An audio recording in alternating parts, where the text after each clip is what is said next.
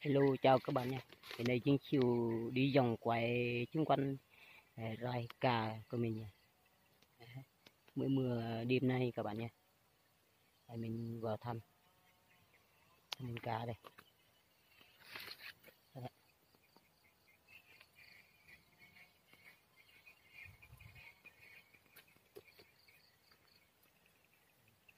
Cá năm nay chưa bón phân các bạn. Đây là rất là quả nhiều này các bạn ơi. Đó, thấy chưa?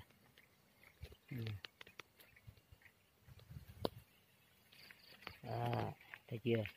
Nhiều quá, trại nhiều lắm. Năm nay được cái trại nhiều đó. Năm ngoái nó không có trại nhiều các bạn nhé.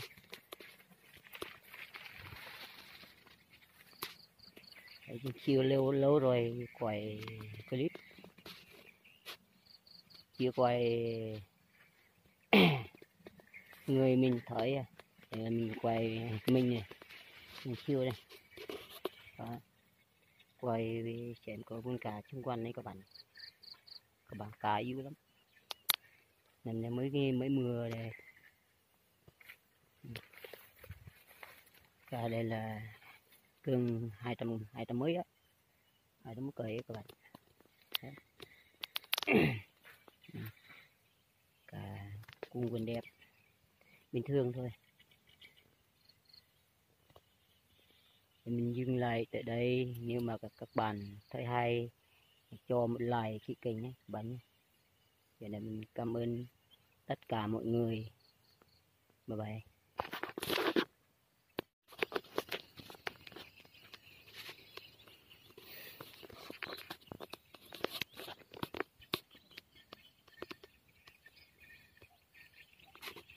Cá cái bình thường thôi các bạn nhé.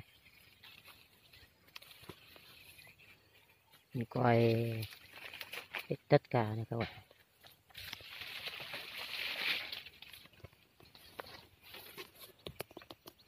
Đây là con cá của mình ạ.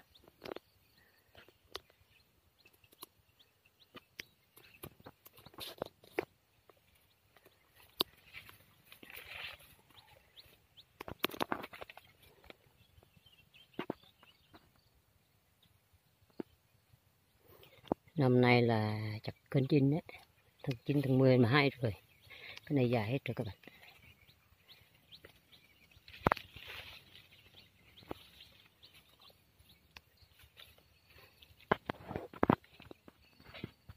Cá mình yếu lắm, đất đá mà. Nhưng bồn phần nhiều thôi có trại.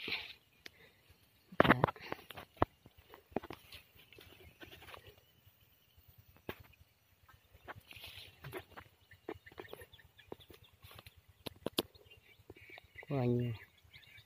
Năm nay là có trại nhiều các bạn. Năm ngoái là ít trại lắm.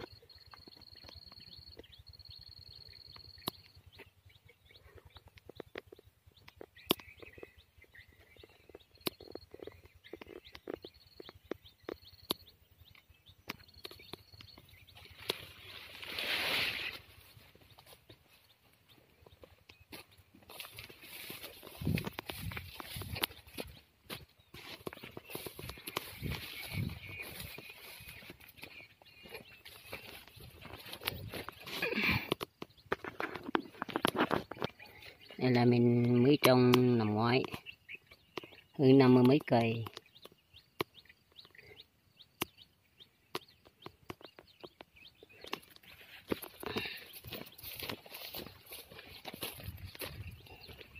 Bên dưới này mình đang cuộc đang trồng năm nay nè, hơn 50 mấy cây này. Đây, hơn 50 mấy cây, gần 100 cây. Đây mình trôn phân rồi, phân bò rồi. Đây này, chờ với mưa mà trồng được.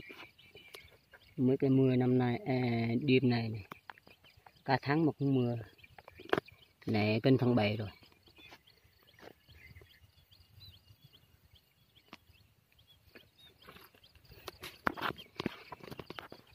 Mình xin chào các bạn nhé.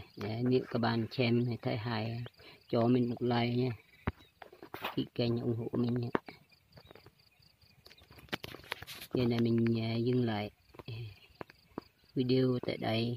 Cảm ơn rất nhiều các bạn ủng hộ mình suốt thời gian qua. Mình cảm ơn rất nhiều. Bye bye.